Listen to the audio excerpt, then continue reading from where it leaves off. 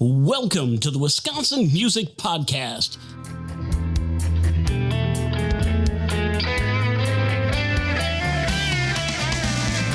Welcome to the Wisconsin Music Podcast, your guide to dynamic music scene in the Badger State. Today we have the privilege of hosting the exceptionally talented artist Victor Delorenzo, best known as the founding member of the influential band Violent Femmes. Victor's pioneering drumming style has made a lasting impact on the history of alternative rock. But beyond his groundbreaking work with the Violent Femmes, Victor's artistic endeavors encompass a wide range of disciplines, including acting, writing, producing, directing, and engineering. His creative footprint extends far beyond music, demonstrating a deep commitment to artistic exploration and expression. With performances at prestigious venues such as Carnegie Hall, Royal Albert Hall, the iconic Coachella Festival, his musical journey stands as a testament to his enduring artistry and innovation. In addition to his contributions to the Violent Femmes, Victor plays a vital role in the music group 1913 and Night Crickets, further highlighting his dynamic presence in the music landscape. So join us as we explore the rich tapestry of Victor's artistic legacy, delving into the intersections of music, performance, and creativity that has defined his illustrious career. Prepare for an enlightening conversation that celebrates the multifaceted talents of this true artistic luminary. Without further delay, let's extend a warm welcome to the incomparable Victor Delorenzo as we embark on a captivating exploration of his unparalleled artistic journey. So Victor, after that long, detailed intro, welcome to the Wisconsin Music Podcast. Well, Zach, thank you so much. I think you covered it all, and I'll see you later. But let's delve into this. How did you get started into music? Where did this all start for you? How did I get started into music? Well, a long time ago, I would have to preface it by saying my first love was always acting, and in particular, theater actors and movie actors and television actors, of course. Okay. And I always felt that music was just something that was a part of film or television or plays. And I never really considered myself to be someone that was really interested in the music aspect of the performing. I was more into the nuts and bolts of the acting and directing and the writing. Okay. But what happened for me, it's an interesting story in a way that one summer in 1968, I went to my cousin Chris's house, and he had a little place in the basement of his parents' house where he had a record player set up. And that was like the little bar area, because almost everybody in the 50s had a bar in their basement. Right. So I was down there, and Chris said to me, "Hey, Vic, I want to play this record. Do you want to hear this record?" And I said, "Well, I don't know. I don't really listen to records all that much. What is it?" He said, "Well, it's a song by the Beatles, and it's called Hey Jude." Oh. And I said, "Oh, okay. Yeah, let me play it." I mean, of course, I knew who the Beatles were, but I wasn't a fan by any means of any kind of popular music for that regard. So I listened to the song, and there was something about McCartney's voice and the piano playing and just the additive arrangement where by the end you had a choir, you had a symphony joining in, you had all these people that were in the live video singing along to the na na na chorus. Mm-hmm. And I was just fascinated by it. I thought it was marvelous. And from that point on, I began my love affair with the Beatles that was exclusive for about 6 years after that. I just wanted to listen to the Beatles. I didn't listen to anything else. Gotcha. And I still didn't really have any real burning desire to be a musician, but I certainly appreciated the Beatles and what they were doing for the world. Where did the drums come in then, if you weren't really into playing the music at that time? Well, it's interesting, Zach, in that I had a cousin, my cousin Chris's brother, as a matter of fact, Michael Fairbanks. And he called me one afternoon because he knew I had a job working at the local Holiday Inn washing dishes. Okay. So I had a little bit of money. And he said, "Hey, Vic, I wanted to talk to you about my friend Mark Van Sedek. He's going to Vietnam. He has a drum set for sale. Do you know anybody that might be interested in buying a drum set?"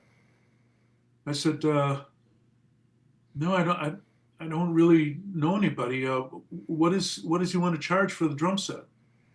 And he said, $350. It's a 4-piece Slingerland drum set. Nice. It was a black pearl, oyster pearl like Ringo's. and two cymbals and a pair of hi-hats for $350. And I said, well, I don't really know much about this, but that sounds like that might be a pretty good deal. So I said, well, I've got some money and I'd like to maybe help him out. So I'll buy it. Okay.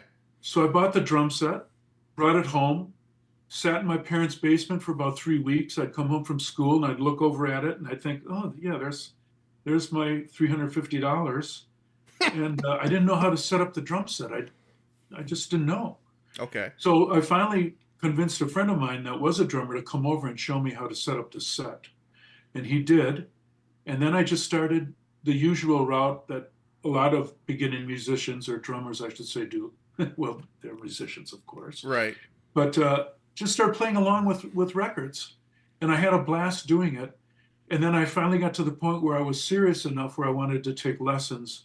And I started taking lessons from a very famous jazz drummer who lived in Racine by the name of Joe Police. Yep, I know him, or knew him. And he got me together with reading drum notation, rhythmic notation, also got me into the rudiments and developed my love for brush playing, which is something I'm known for from the Femmes, because I took a jazz brush approach and I bastardized it to play rock music. Excellent. There's the long story. Who are you listening to? Who are you playing along with to get your drum chops up? Well, let's see, a number of different things. I'm thinking a lot of Beatles music, of course, but then I started venturing outside because of my drum studies. I started being more aware of what was happening in the jazz world. Okay. So I started to play along with more jazz recordings, whether they be more traditional or more avant-garde improvisational based or pure improvisational based recordings. Okay. So those were the worlds that I was drawing from. Other than that, I started a lifelong love affair with the Velvet Underground. I really liked their music a lot. And then when I found out that the drummer was a woman, I was really even more interested, because I thought that was just fantastic that this woman named Mo Tucker, who eventually would become a very good friend of mine, and I went out on tour with her and played drums for her a couple of the last tours that she did with Sterling Morrison from the Velvet Underground. So those were kind of my influences. I was, like I said, I was just becoming aware of rock music.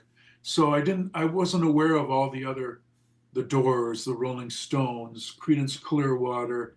I mean, you name it. I just wasn't aware of all those other artists at that time. Okay. Well, that's cool. Then how does that all start accumulating, and then all of a sudden the Violent Femmes happens? How does that come about?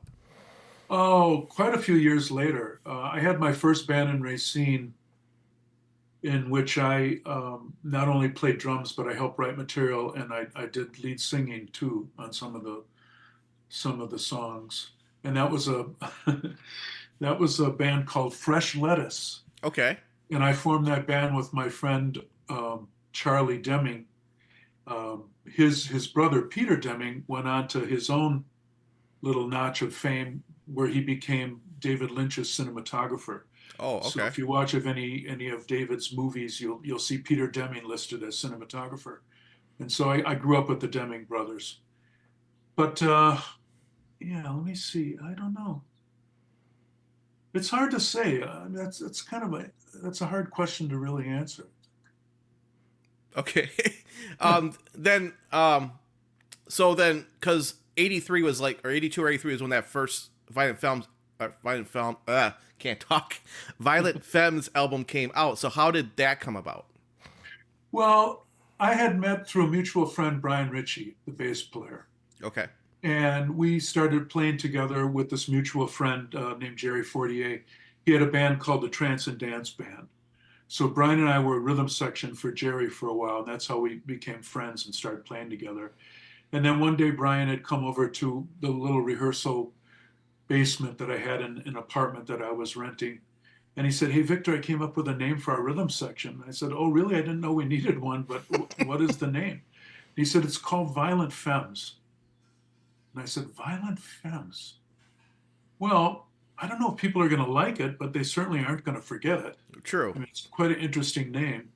And he got the name because he was putting together two different things. A femme was what we referred to as someone that was effeminate, Right. And then the idea of a violent femme, someone that was just losing it, and there's someone that was mild-mannered, kind of a very smooth, very graceful person, turns into this raging lunatic. Well, that's what he liked about it. There was violent femme, like Gotcha. just something switched, Kind of like and they became this other person. So we called our rhythm section Violent Femmes before we met Gordon. And then when we met Gordon, because Brian had seen him playing in town and came back to me and said, hey, there's this guy that's got this original material. And he's not that much of a guitar player. He's a good rhythm player, but his voice is interesting and he's got great songs. We should go hear him. So we went to go hear him, and then we became friends with him and just started playing together in Milwaukee. And then Brian and I decided to stay in Milwaukee and play music because we had some kind of an idea that we were going to go up to Minneapolis and join some of my musical friends up there and form a band. But then once everything started happening with Gordon, we of course made the right decision and decided to stay in Milwaukee and follow that up. Hey, Wisconsin Music Podcast listeners.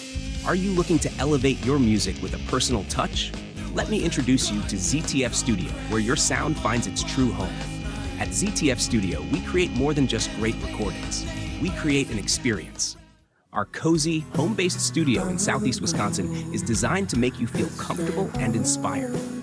Imagine walking into a space where your music is treated with the same care and passion you put into it. With over 20 years of experience, we know how to bring out the best in your sound. Whether you're a solo artist or a full band, you'll get personalized attention and expert guidance every step of the way. We blend technical expertise with a warm, welcoming vibe to make your recording sessions enjoyable and productive. So, come on in, grab a cup of coffee, and let's make your next crowd pleaser together. Visit ztfstudio.com to book a conversation with Zach about your vision for your next project. ZTF Studio, where your sound feels at home.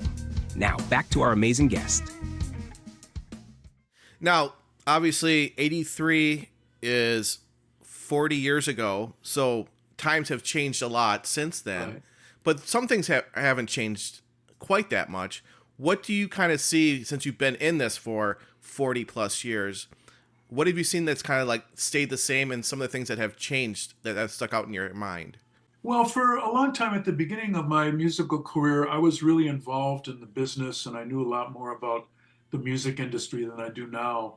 It's kind of just a very distant dream and awareness for me now.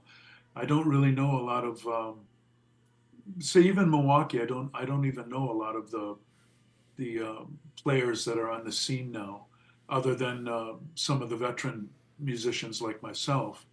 I'm more involved right now with trying to revive my acting career. Okay. I just did a film not too long ago here in Milwaukee that's going to be making the rounds of the film festivals soon. It's a film by Eric Engelbart, and it's called Floodgates.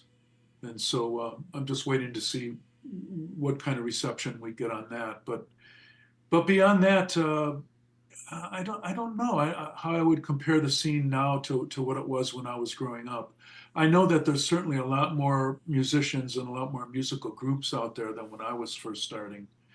And I would imagine that it's probably really tough to try and make it in this world of music now. Yeah, especially with, all this streaming and everything. Nobody's making any real money off of this unless you're way, way up there, like the national touring. And even those people aren't making a lot of money. I mean, there are the top people, the top 1% that are, but everything below that, everything's out of either merchandising or ticket sales or things of that nature. But the music itself just doesn't seem to be making any money for artists these days. Right, which is very sad. Yes. Hopefully that'll be changing. Yes, I would hope so. I mean, I try to get people to help support, like local musicians and, go to Bandcamp and places like that where they can actually purchase, their music and support them that way, because streaming, like I said, just you get 0.00, just keep going per play. And it's it almost would be better if they didn't even give you anything. Right. Because it's insulting. the way it is right now. And for some reason, years ago, people got this notion into their minds that music should be free. They don't really look at it as a craft or a business or a discipline that someone has devoted a lot of the time of their life to get up to a certain caliber of musicianship. And then it's like if you'd say to a doctor going into the operating room, well, I don't think I want to pay you for the operation, but if you wouldn't mind, just still do the operation. Right. Exactly. It's crazy, and yes. I'm just I'm depressed by it. I think that something has to change because a lot of people in other facets of the arts get paid incredible money. Yes. Why don't the young musicians or the people trying to make it, no matter what age they are, why aren't we afforded a decent living by doing something that people appreciate and derive so much joy and satisfaction from? I totally agree. It's just it's if you want to make money in the music business, you have to run a music business, basically. You do. Yeah. And for musicians now, it seems as though you have to get out on the road, and most of the money, besides the fee that you're making, most of your money is coming from merchandise sales. Right. Exactly. Yeah. So besides the Violent Femmes, there's a couple other groups that I mentioned in the opening, which is like 1913 and the Night Crickets. Why don't you kind of give the listeners some depth and some details about those two groups? Sure. 1913 is a group that I have with Janet Schiff. Janet Schiff is a cellist, and her cello was made in the year 1913. That's why the band is called 1913. And we've been playing as a duet for about almost close to 10 years now. But just recently, we've added another musician, the incredible Matt Meisner, playing keyboards with us and doing some additional singing and stuff, what have you. So sometimes we appear as a three-piece. Other times we just go out as a duet. But it's successful in both ways, if I may say so myself. Yeah, absolutely. So 1913 has been around for quite a while. We've released quite a few recordings. We're working on a new recording upstairs here now. This is my studio, which is on the east side of Milwaukee. It's called the Past Office. Okay. And we do a lot of our recordings here. And the other group that I have going right now is a group called Night Crickets. And that's what David J., who people may recognize his name because he's the Bauhaus bassist. And he also plays bass with Love and Rockets. And another fellow named Darwin, who's out in the San Francisco area, multi-instrumentalist. So between the three of us, that's our band Night Crickets. And we have one record that came out about a year and a half ago, and that's on Omnivore Records. You can find it now. It's called A Free Society. And we have a new record, which is finished now. And we're just in the final stages of solidifying a record deal. So hopefully things will finish up with that. And then we're on track to release our second album this coming fall. So since you've mentioned it, you're at your recording studio on the Past Office.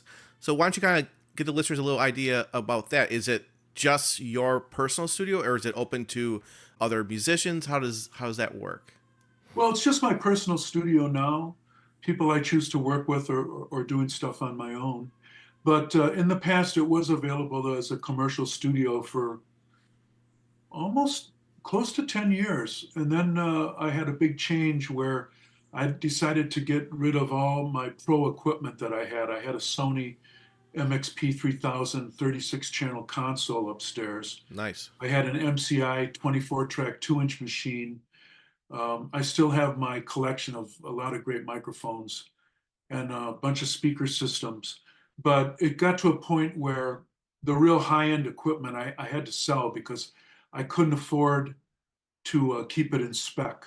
Gotcha. It was getting to the point where my board was going to have to be torn open and a brand new batch of capacitors was going to have to go into the whole board. And I just couldn't afford to swing the whole rehab. So nice. So I figured that was a good chance I had to sell everything. And then I just shrunk down to a digital workstation, a Yamaha 4416. Okay. And that's what I continue to use now at my studio. But when I go to other people's studios, of course, it's either Logic or Pro Tools or some other kind of system. Right, right. Yeah, I used to run a studio in Kenosha, and I had oh, really? Which one?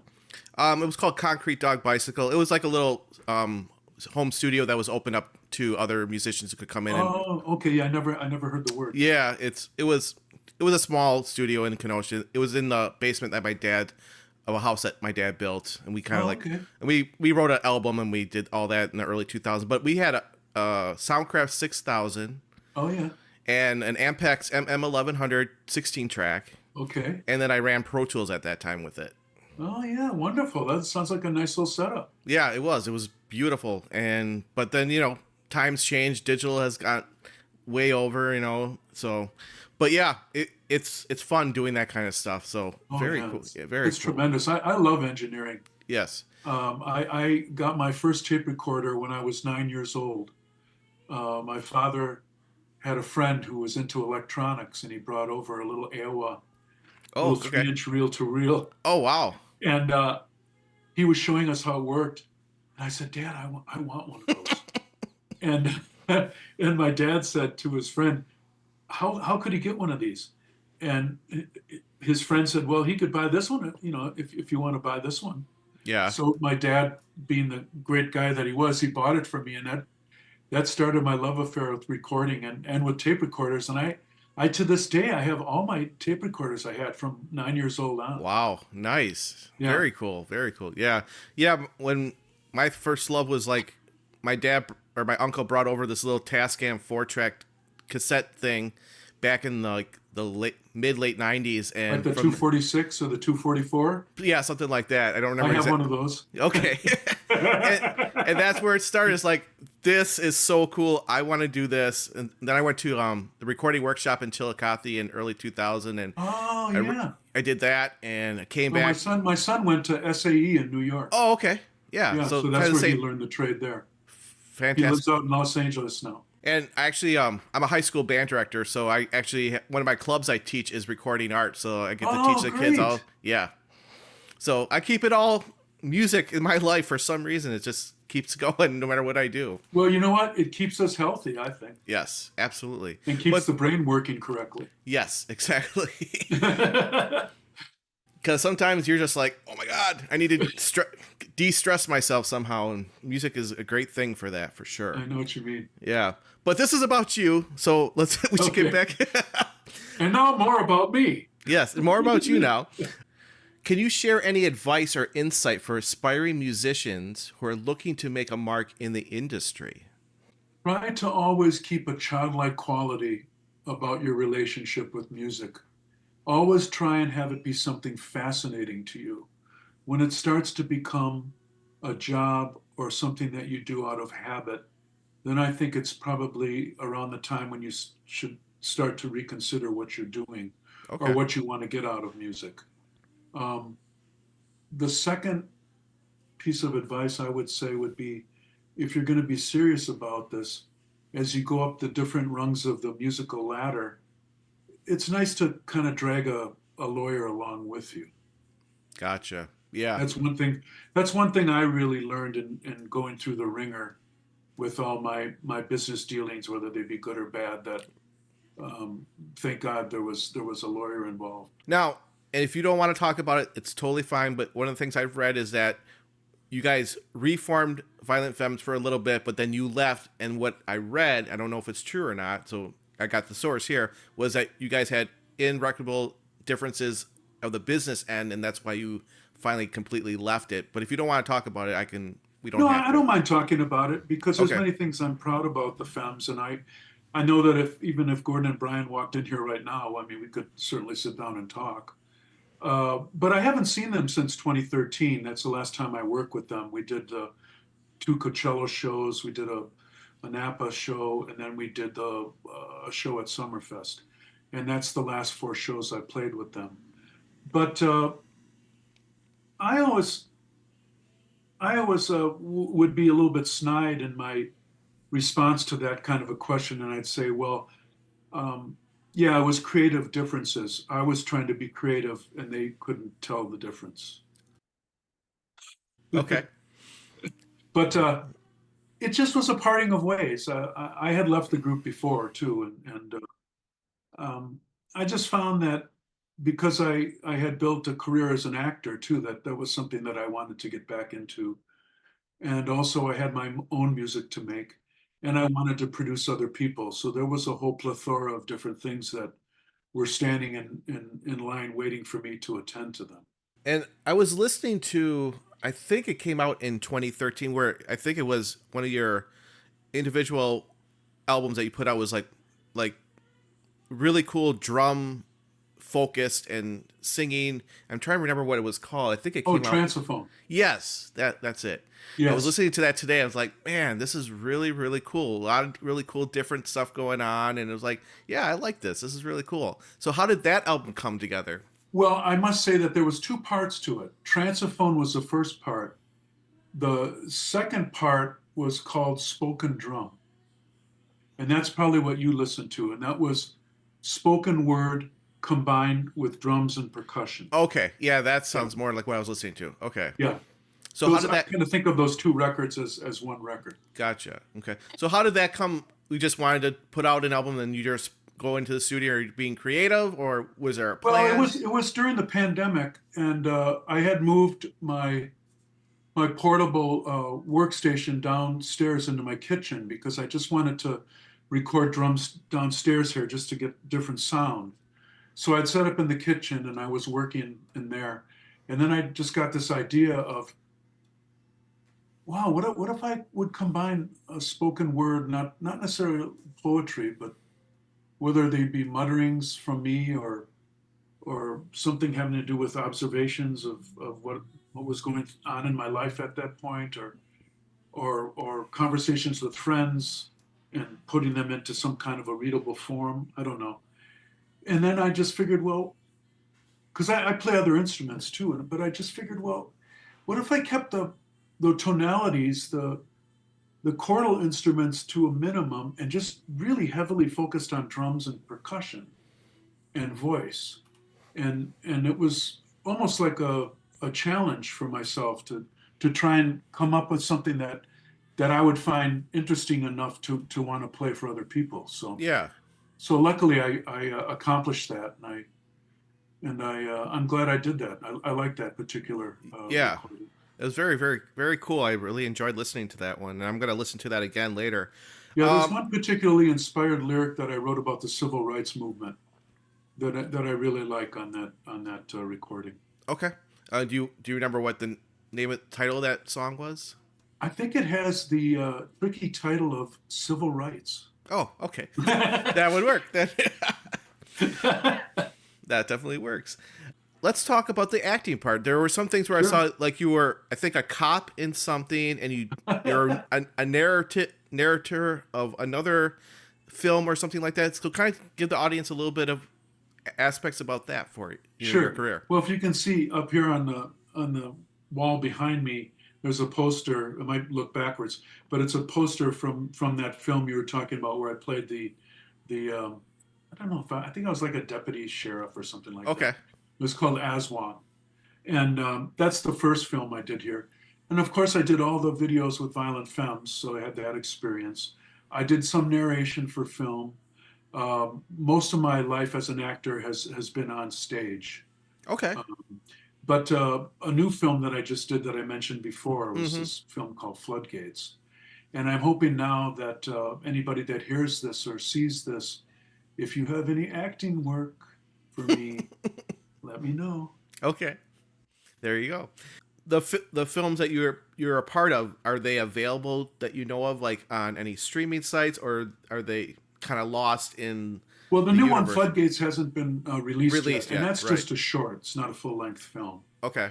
The other film, Aswan, I'm not exactly sure if that's available to download. It might be. I don't know. You'd have to ask one of the directors, Barry Polterman. Sure, I'll just call him up and ask him. Just call him and ask him. Yeah, just ask him. Okay. Oh, this is Tell awesome. him I sent you. Okay, I'll definitely do that. Hopefully that's a good thing. can you shed any light on any lesser known influences or sources of inspiration that have shaped your artistic journey? It can be music or acting. Sure. Well, when I was first knocked out as an actor, it was by Robert De Niro, and especially the film Taxi Driver. That really twisted my mind. And I was at UWM at that point, and I was in the acting program. I also was studying literature and music, so I had quite a full ride there. But Robert De Niro really affected me in a great way, because I love the humanity of what he brought to the roles, but also there was a truth about him that I didn't really feel came through from other actors that I liked. Mr. De Niro just felt like he was really in touch with who he was and what he was doing, no matter what it was at any particular time. So I was very impressed by that. But I have to say, my biggest influence on music would have been the French. He's a little bit of an art terrorist and a theorist, but the famous French artist named Marcel Duchamp. Okay. He's a great exponent of really having art work in the service of the mind. So it's not something that you just look at or listen to, but it's something that inspires thought. And that's something that I took away from Marcel. I always refer to him as the mentor that I never had a chance to meet. But I've got an incredibly a library in the back there of, you must have like over, probably over, I'd say 60 books about Duchamp. So just a little inspiration there. Yeah, a little bit.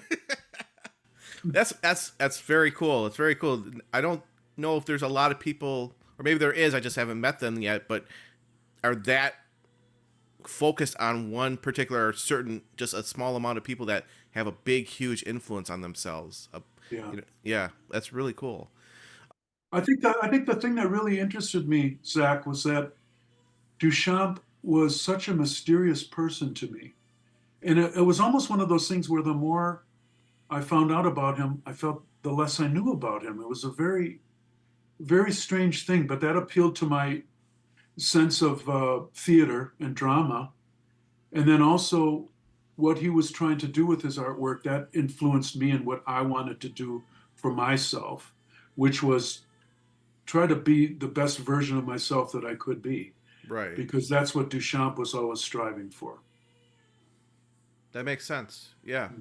And I think I would hope that most humans, and particularly artists, are kind of mysterious in their own way, because they have their own thought process and how things go. Mm-hmm. But to be able to be at a higher standard where other people can draw from inspiration from those type of people, that's just got to be a very cool experience. Well, it's nice to share experiences with other people. Then sometimes you find out that other people that you never would have realized hold the same people in high regard that you do. And it certainly is a shortcut if you're embarking on some kind of artistic venture together with someone. Right. Because you want to find out what their background is, and they want to know what your background is, and see which things are similar and which things are completely different. Right. And I suppose that then informs what you do together. Right. And then you can branch off get different ideas from each other and branch off and create something completely different. Right. Just got done talking about some heavy inspiration of yours. Mm-hmm. Let's flip the coin a little bit here, and let's actually change the coin here. And how do you see the role of music evolving in the digital age? And what excites or concerns you about it? Well, in the digital age, they perfected the way to rip off musicians. Of course, as a recording engineer and a producer, I love everything digital has brought to that realm. But as far as people being able to stream stuff, and as we were talking about before, mm-hmm. where streaming doesn't really yield that much money for musicians. Right. It just, well, it's getting back into the sadness again that unfortunately digital music, the way it's made and the way it's acquired, has really worked against musicians in a lot of ways. I wish there could be some kind of standard that would benefit musicians more. Right. Yeah. But I don't know, for the future going on, I think things have to change, just like in the world of moviedom, where they just had a coming out of a big writer's strike. Something has to happen in regard to musicians too. They just have to change the way that royalties are distributed and the way that people are paid, the percentages. I think that's really important. Yeah. Do you have any ideas what would be helpful to make that work? I'm not really too up on what would need to happen to make things more fair. But I'm certain there'd be a lot of red tape and there'd be a lot of resistance, especially from the streaming services and also from the record companies or what's left of them. Yeah. I don't know. I'm sure it's not a quick fix. Yeah. Yeah, it's there's people smarter than me hopefully will be able to figure that out someday. I hope so, yeah. Yeah, definitely. How do you balance the demands of your different creative pursuits and maintain a sense of cohesiveness across the varied artistic endeavors that you're a part of? So how do you balance everything, basically? Well, you make schedules, and you just have to make sure that you can show up on the time you're needed. It was sometimes it can be difficult because you have maybe commitments that fall through or things that show up at the last minute, or you have health problems, or other people you're working with have health problems. There's all kinds of factors that figure in. Yeah. Gotcha. If you could take a time machine back to 1980 whatever and give yourself some advice, if you would actually listen to your older self, what kind of advice do you think you would give your younger self? Oh boy. I can think of all kinds of smart ass answers, but I would say be true to yourself, follow your heart no matter where it wants to go, and God, please try and beware of second guessing yourself. It's usually good to go with your first impulse. That's what I found in my life, at least. Is there a certain thing that you kind of think of from way back that you second guessed yourself and wish you didn't? Well, some of the people I've met and worked with in my life, maybe second guessing, I should have responded to my initial fears or feelings I had about particular people before I got deeper involved with them. Okay. Whether it be, say, in a business sense or if it was a romantic relationship or what have you. But yeah, sometimes, I mean, you can get burned going out on a limb, but at the same time, I mean, it's, of course, you never know unless you try. So right. Exactly. Yeah. Is there anything that you would like the listeners to know that I haven't touched on with you yet?